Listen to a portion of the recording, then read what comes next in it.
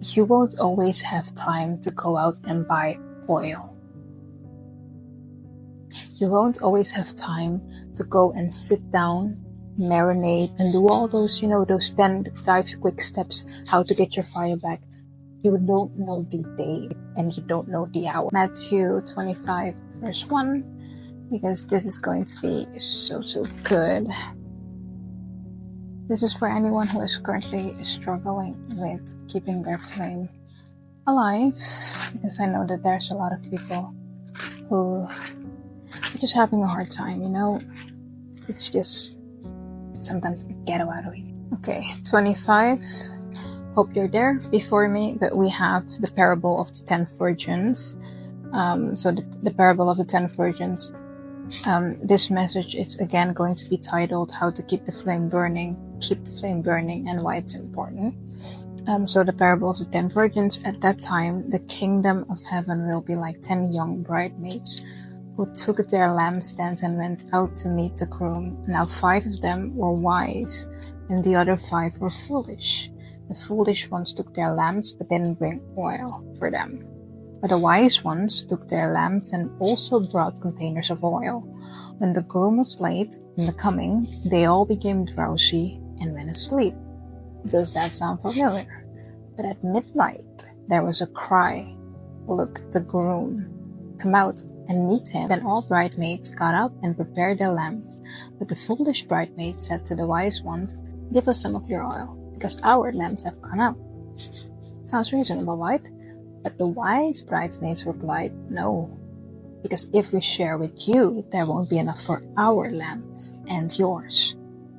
We have a better idea. You go out yourself. You go to those who sell oil and buy some for yourself." While they were out to buy oil, the groom came. Those who were ready went with him into the wedding. Then the door was shut. Later, the other bridesmaids came out and said, "Lord, Lord, open the doors for us." But this is the part. But he replied, "I tell you the truth. I don't know you. Therefore, keep alert, because you don't know the day or the hour." I know that this was a bit of a lengthy text, but at the same time, I know that a lot of the TikTok preachers like preaching a lot of quick sermons, but this channel, we are going to go Bible over matter.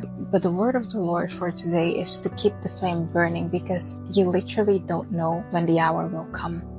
And the most important thing that we as believers have to remember is that you won't always have time to go out and buy oil. You won't always have time to go and sit down, marinate, and do all those, those 5 quick steps, how to get your fire back. You don't know the day and you don't know the hour. So it is important that you keep your flame burning at all costs. So the message that I received was, Jesus left you with a flame when you were saved.